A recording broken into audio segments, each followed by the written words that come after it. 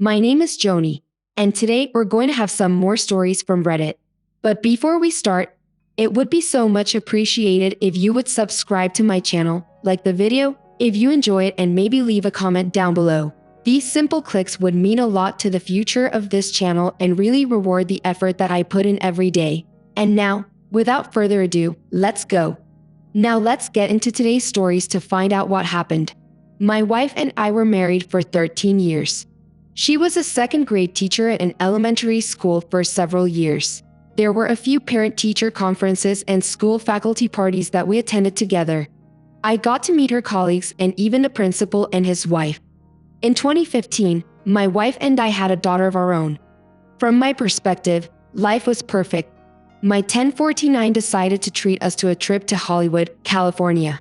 Since my wife had a passion for the film industry and movies, we each brought 2 friends. As a group, we toured a few of the film sets for The Mandalorian.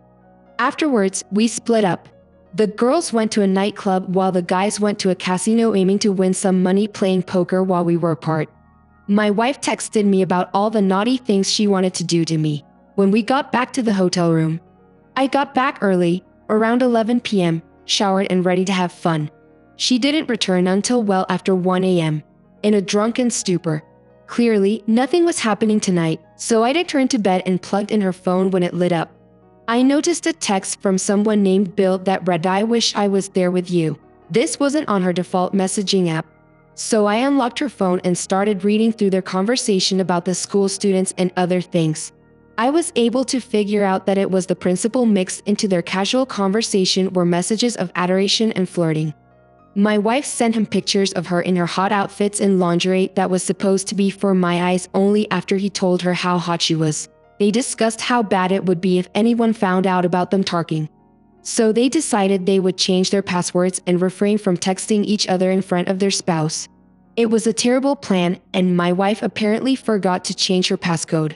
He also told her he loved her, and I was devastated that she said she loved him too. I took screenshots of everything and sent them to my phone. I found a wife on social media. I deleted all traces of my gathering evidence before setting my wife's phone down and waking her up with one question. I asked her why she was messaging the principal of her school.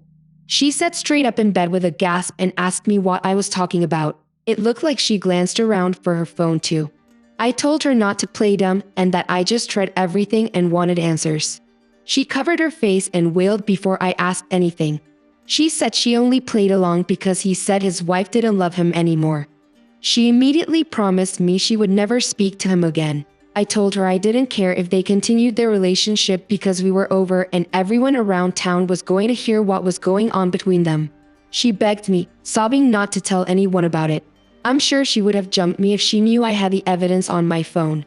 I knew she wouldn't leave the hotel without doing her hair and makeup, so I left her there, luggage in hand.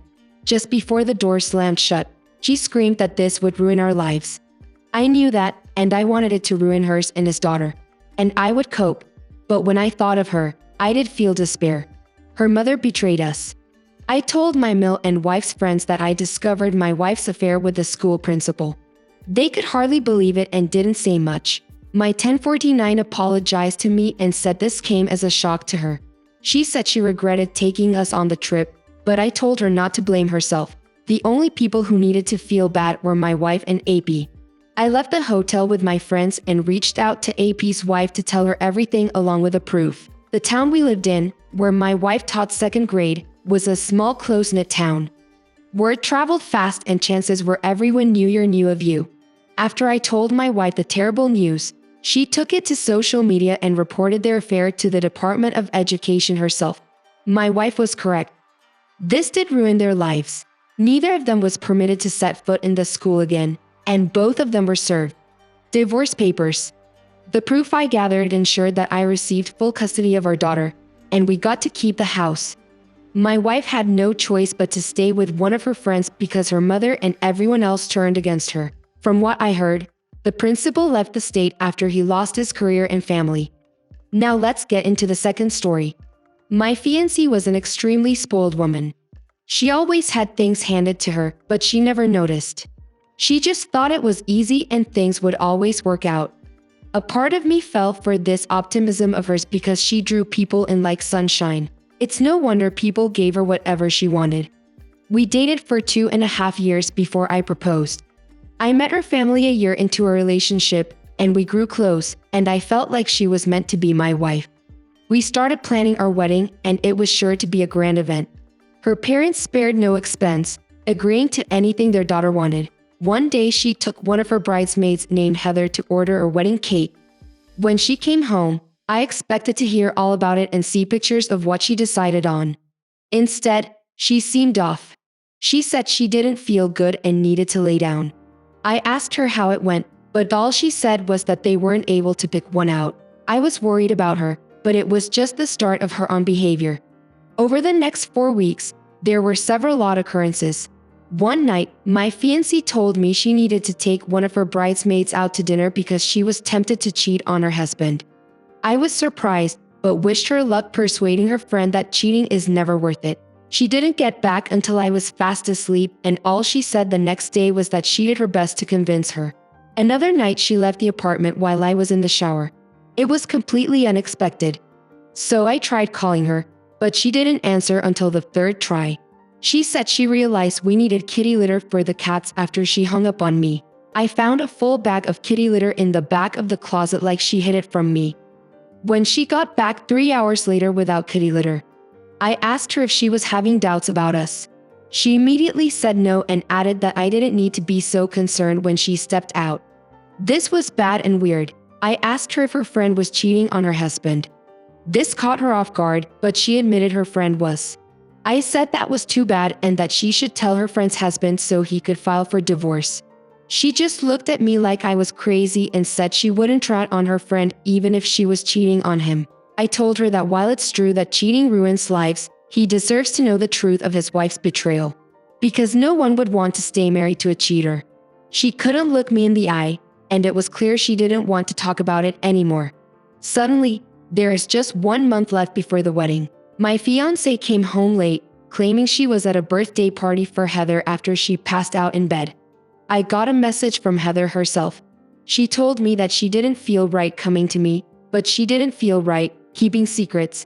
And I, my fiancé, had told her to lie to me if I asked about her birthday party. On top of that, she was with her when she was supposed to order a wedding cake. She met a man there who started flirting with her. He asked if she was sure she wanted to get married because he could win her heart if she let him. She was taken aback, but gave him her number and basically invited him to try. Heather asked me if she'd been acting weird or if I suspected she was seeing someone else. I told her yes and thanked her for telling me while she slept. I checked her phone. I found messages between her and AP even before she got home that night.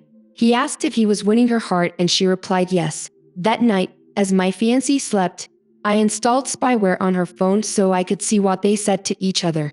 When she woke up, I told her I was going to stay at my best man's house, Josh, until the ceremony in 1 month for superstitious reasons. She didn't argue with me at all and actually seemed pleased that she would have the house to herself while we lived separately. She increased the intimacy and romantic messages she sent to AP, even telling him he was a better lover than me, and I was already coping with the end of our relationship. I knew I wasn't marrying this woman and she was surely going to call off the wedding at any minute. Well, she didn't. She tells AP through the phone that she has to marry me because her family has already accepted and approved of me. However, since I hadn't discovered their affair yet, they would keep seeing each other until she could frame me for cheating on her so she could get the house and alimony payments. I could not believe the sheer evilness of her plan. She wanted to completely ruin my life, even though I didn't do anything to deserve this. I told my best man, Josh, everything. He helped me to plan revenge against her. I had images of their messages, so we planned the most embarrassing moment of her life. The day of the wedding came, and we got ready as if it was the real deal, except we had a few surprises in store. The chapel had a speaker system installed, so we wired ourselves with small microphones.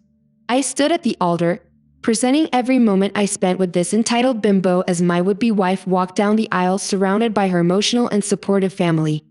They snapped pictures and filmed. Suddenly, Josh stepped forward and said, "Wait a minute." His voice was loud and clear and instantaneously made everyone uncomfortable. The brain stopped walking.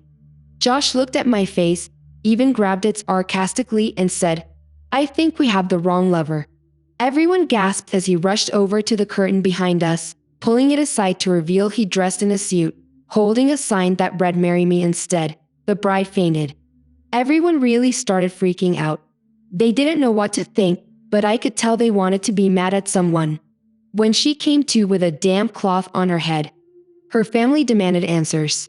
She didn't even know that Josh and I contacted AP asking him to marry her instead. We were able to convince him that it was what she truly wanted and that their wedding would be a happy, wonderful day. He got down on one knee with his sign, and my fiancée only started sobbing. Her family was still demanding answers as she stared at me with tears streaming down her face.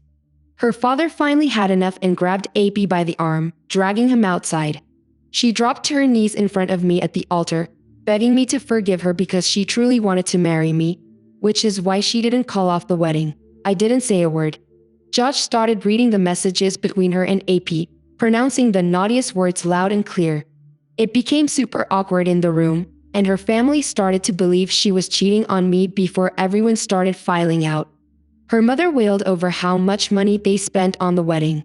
She asked her how she had the audacity to ruin her life in the future by sleeping with another man when she was engaged to be married.